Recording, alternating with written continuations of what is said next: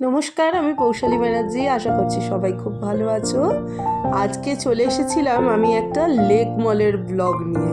Lake মল অনেকেই গেছো, তাও আমি বলে রাখি, যে কোনো বাসে করে লেক মলের সামনে অথবা তারাতলা থেকে অটো ধরে লেক মলের সামনে অটো নামিয়ে দেবে। তো সেদিন আমরা গেছিলাম অ্যাকচুয়ালি একটা মুভি দেখতে, যেটির নাম ছিল বিনোদিনী, একটি নটির উপাখ্যান।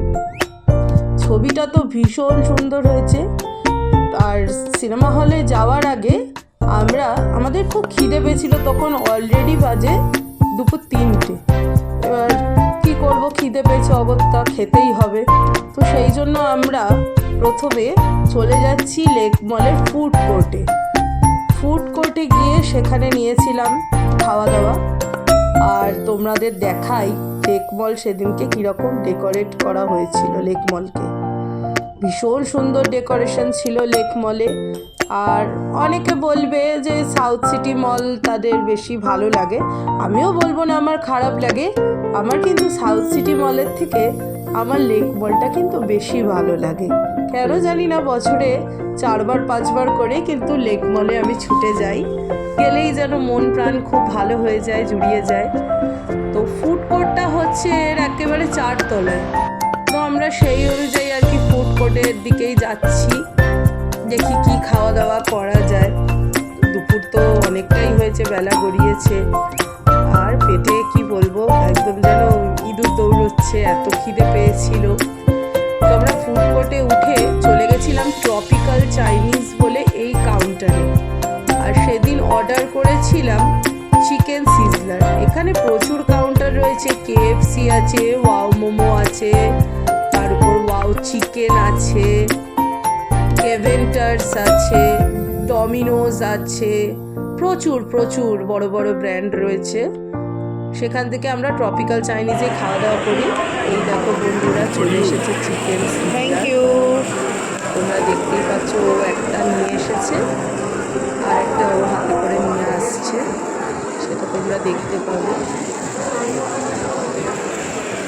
অনেকক্ষণ সময় লাগে এই চিকেন সিজলারটা। ও আর একটা নিয়ে চলে এসেছে। Wow, great. ওইদিকেই বসে।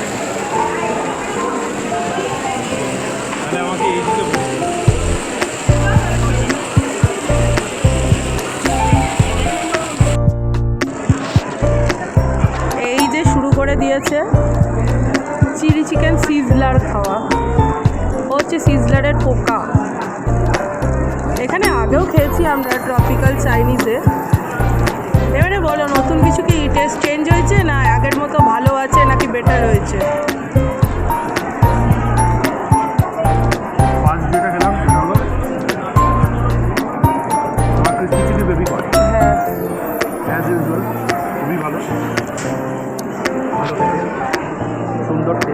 আর আগে বলে দিই কী কী আছে।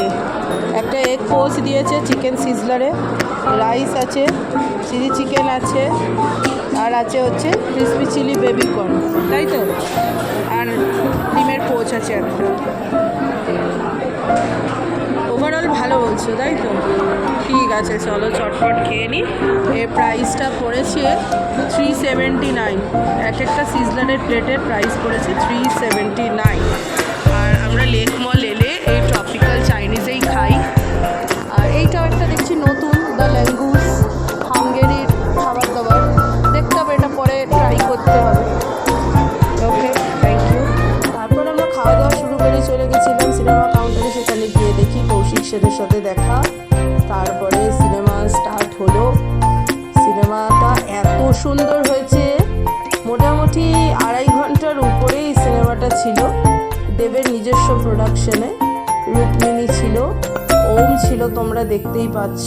আমাদের অতি প্রিয় মির্দা ছিল সিনেমায়, আর ছিল বলিউডের ফেমাস অ্যাক্টর রাহুল বোস। আর যতক্ষণ ছবিটা চলেছে, এই 2.5 থেকে 3.25 ঘন্টা, মনে হচ্ছে যেন আমি একটা ঘোরে চলে গেছিলাম। ওনার জীবনে, মানে বিখ্যাত নটি বিনোদিনীর জীবনের সংগ্রাম নিয়ে এই সিনেমাটা তৈরি হয়েছে। একটা মেয়ে কিভাবে সংগ্রাম করে বেড়ে উঠেছে, নিজের পায়ে দাঁড়িয়ে একটি থিয়েটার নেয়, স্টার থিয়েটার, সেই স্টার থিয়েটারটাও তাকে ঠকিয়ে তার নামে করা হয়নি।